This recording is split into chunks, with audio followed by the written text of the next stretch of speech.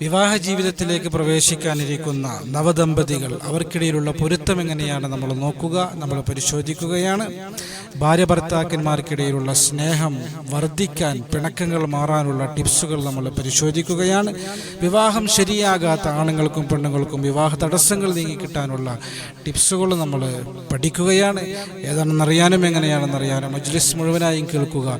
Link മറ്റുള്ളവരിലേക്ക് എത്തിച്ചെടുക്കുക. അള്ളാഹു അനുഗ്രഹിക്കുമാറാകട്ടെ.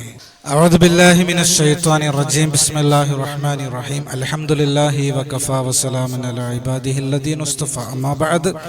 അല്ലാഹു സുബ്ഹാനഹു വ തആല നമ്മുടെ മജ്ലിസിനെ സ്വീകരിക്കട്ടെ. നമ്മുടെ ജീവിതത്തിൽ അല്ലാഹു സന്തോഷവും സമാധാനവും റാഹത്തും നൽകട്ടെ. ജീവിതത്തിൽ നാം അനുഭവിക്കുന്ന എല്ലാ വിഷമങ്ങളും പ്രയാസങ്ങളും അല്ലാഹു മാറ്റിത്തരട്ടെ. ആമീൻ ബിറഹ്മതിക യാ അർഹമർ റഹീമീൻ. പ്രിയമുള്ള സഹോദരങ്ങളെ, സഹോദരിമാരെ, നമ്മുടെ ജീവിതത്തിൻ്റെ വളരെ പ്രധാനപ്പെട്ട ഒരു വിഷയമാണ് ദാമ്പത്യ ജീവിതം, വിവാഹ ജീവിതം, നിക്കാഹ് എന്നൊക്കെ ഉള്ളത്.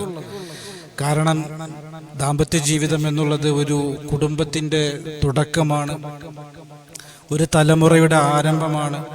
അത് പരിശുദ്ധമായിരിക്കണം, അത് പവിത്രമായിരിക്കണം, അത് പരസ്പരം യോജിക്കുന്നതായിരിക്കണം, അത് പരസ്പരം പൊരുത്തമുള്ളതായിരിക്കണം, അത് പരസ്പരം സഹകരണത്തോടെയും സ്നേഹത്തോടെയും മുന്നോട്ട് പോകുന്നതായിരിക്കണം. എങ്കിൽ മാത്രമേ ജീവിതത്തിലെ സന്തോഷവും സമാധാനവും നമുക്ക് നേടിയെടുക്കാൻ കഴിയുകയുള്ളൂ.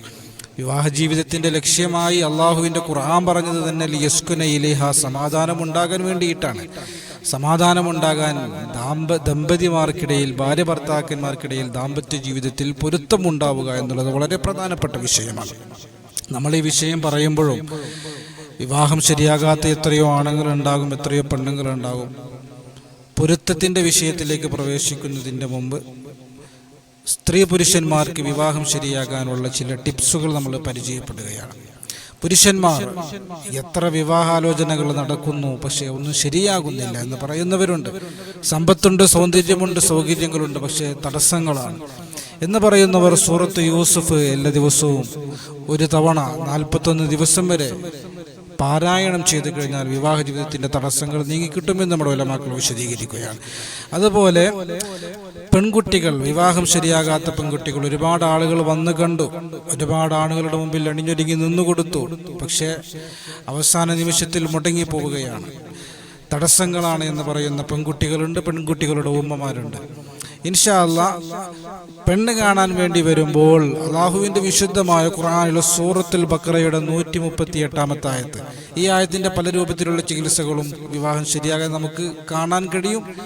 ഇവിടെ നമ്മൾ പറയുന്നത് സിബ്ഗത്തുല്ലാഹി വമൻ അഹ്സനു മിനല്ലാഹി സിബ്ഗ വനഹ്നു ലഹു ആബിദൂൻ എന്നുള്ള ഈ ആയത്ത് 2912 തവണ ചൊല്ലിയിട്ട്, മുഖം തടവിയിട്ട് പെണ്ണ് കാണാൻ വേണ്ടി ചെറുക്കൻ വരുമ്പോൾ, ചെറുക്കൻ്റെ മുമ്പിലേക്ക് നിൽക്കുമ്പോൾ മുഖം തടവിയിട്ട് ഈ ആയത്തോതി മന്ത്രിച്ച് മുഖം തടവിയിട്ട് നിന്നു കൊടുക്കുക.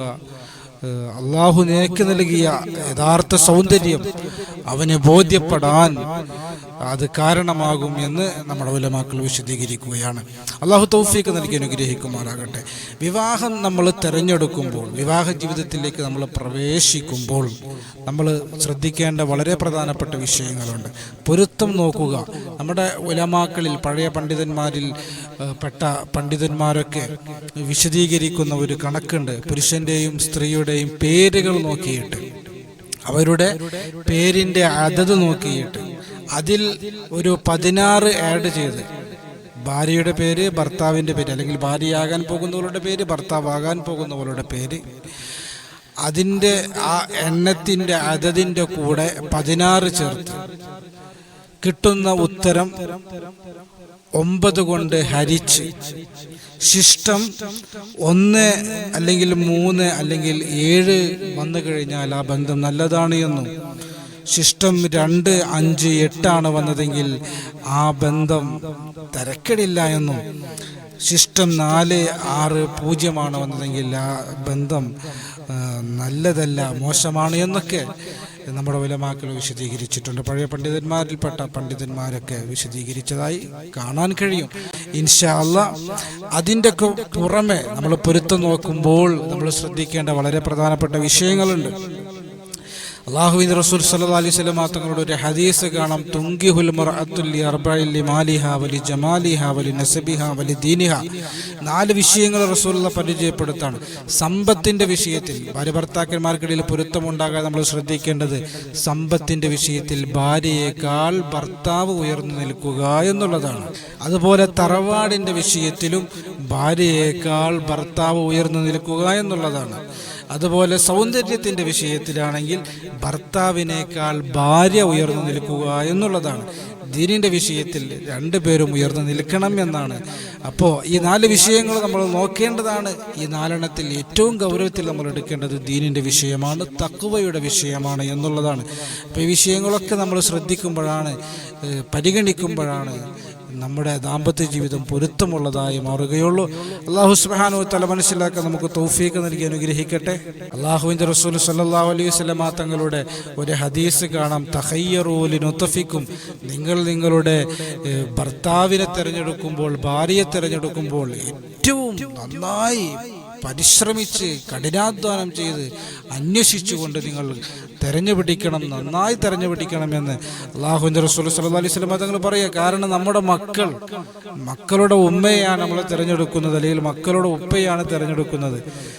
സാധാരണ ശരീരത്തിൻ്റെ പ്രത്യേകതകൾ മക്കളിലേക്ക് കൈമാറ്റം ചെയ്യപ്പെടുന്നത് പോലെ അൽ ഹന്ദസുൽ വറാസിയ, ജനറ്റിക് എഞ്ചിനീയറിംഗ്, ആത്മീയമായ വിഷയങ്ങളും മക്കളിലേക്ക് കൈമാറ്റം ചെയ്യപ്പെടും. അതുകൊണ്ട് ബാപ്പ നന്നാകുമ്പോഴാണ്, ഉമ്മ നന്നാകുമ്പോഴാണ് മക്കൾ നന്നാവുക.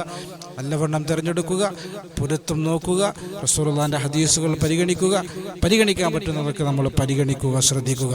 അല്ലാഹു തൗഫീഖ് നൽകി അനുഗ്രഹിക്കുമാറാകട്ടെ. 3-മത്തെ വിഷയം നമ്മൾ സംസാരിക്കുന്നത് ദാമ്പത്യ ജീവിതത്തിൽ സ്നേഹം നിലനിൽക്കാൻ വേണ്ടിയിട്ടാണ്.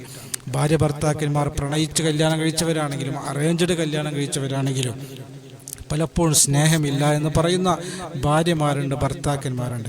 പരസ്പരം അവർക്കിടയിൽ സ്നേഹമുണ്ടാകാൻ ഭർത്താവ് പറയുകയാണ് ഭാര്യയ്ക്ക് എന്നോട് സ്നേഹമില്ല, അല്ലെങ്കിൽ ഭാര്യ പറയുകയാണ് ഭർത്താവിനോട് സ്നേഹമില്ല. അങ്ങനെ പരാതി പറയുന്ന ആളുകൾ വിശുദ്ധമായ ഖുർആനിലെ ഒരു ആയത്ത്, വഅൽഖൈതു അലൈക മഹബ്ബത്തൻ മിന്നീ എന്നുള്ള ആയത്ത് 832 തവണ ചൊല്ലുക. 832 തവണ ചൊല്ലിയിട്ട് എല്ലാ ദിവസവും ചെയ്യാൻ കഴിയുമെങ്കിൽ എല്ലാ ദിവസവും ചെയ്യണം. ഒന്നിടവിട്ട ദിവസങ്ങളിലാണെങ്കിൽ ഒന്നിടവിട്ട ദിവസങ്ങളിൽ, ഒന്നരാടമാണെങ്കിൽ ഒന്നരാടം ചെയ്യുക. വഅൽഖൈതു അലൈക മഹബ്ബത്തൻ മിന്നീ എന്നുള്ള ആയത്ത് 832 തവണ ചൊല്ലിയിട്ട് അല്ലാഹുവോട് ദുആ ചെയ്യുക. അല്ലെങ്കിൽ ചൊല്ലിയിട്ട് അവരെ മന്ത്രിക്കുക, അല്ലെങ്കിൽ ചൊല്ലിയിട്ട് ഏതെങ്കിലും ഒരു ഭക്ഷണത്തിലോ ഏതെങ്കിലും ഒരു പാനീയത്തിലോ ഏതെങ്കിലും ഒരു മധുര പലഹാരത്തിലോ മന്ത്രിച്ചുകൊണ്ട് ആർക്കെതിരെയാണോ പരാതിയുള്ളത് എങ്കിൽ അവർക്ക് കഴിക്കാൻ കൊടുക്കുക എന്നുള്ളതാണ്. ഹൈറായ രൂപത്തിൽ അല്ലാഹു സുബ്ഹാനഹു വ തആല ചേർത്ത് തരും. സ്നേഹം അല്ലാഹു സുബ്ഹാനഹു വ തആല കൂട്ടിയുറപ്പിച്ചു തരും. അല്ലാഹു അനുഗ്രഹിക്കുമാറാകട്ടെ. വിവാഹം ശരിയാവാൻ പുരുഷന്മാർക്ക് വേണ്ടിയിട്ടുള്ള, അതുപോലെ പെൺകുട്ടികൾക്ക് വേണ്ടിയിട്ടുള്ള ടിപ്സ് നമ്മൾ പറഞ്ഞു. പൊരുത്തം നോക്കുന്നതിൻ്റെ ചില ശ്രദ്ധിക്കേണ്ട വിഷയങ്ങൾ നമ്മൾ പറഞ്ഞു. അതുപോലെ ദാമ്പത്യ ജീവിതത്തിൽ സ്നേഹമുണ്ടാകാനുള്ള വളരെ പ്രധാനപ്പെട്ട ചില വിഷയങ്ങൾ നമ്മൾ സംസാരിച്ചു. അല്ലാഹു സുബ്ഹാനഹു വ തആല നമ്മുടെയൊക്കെ ജീവിതത്തിൽ, ദാമ്പത്യ ജീവിതത്തിൽ സ്നേഹവും ഐക്യവും ബറക്കത്തും നൽകി അനുഗ്രഹിക്കുമാറാകട്ടെ. വിവാഹപ്രായമെത്തിയ ആൺകുട്ടികൾക്ക് പെൺകുട്ടികൾക്ക് അല്ലാഹു നിയോജ്യരായ ഇണകളെയും തുണകളെയും അല്ലാഹു നൽകി അനുഗ്രഹിക്കട്ടെ. റബ്ബനാ ആതിനാ ഫിദ്ദുനിയ ഹസന വഫിൽ ആഖിറതി ഹസനത വഖിനാ അദാബന്നാർ. ആമീൻ ബിറഹ്മതിക യാ അർഹമർ റഹീമീൻ. അസ്സലാമു അലൈക്കും വറഹ്മത്തുള്ളാഹി വബറകാതുഹു.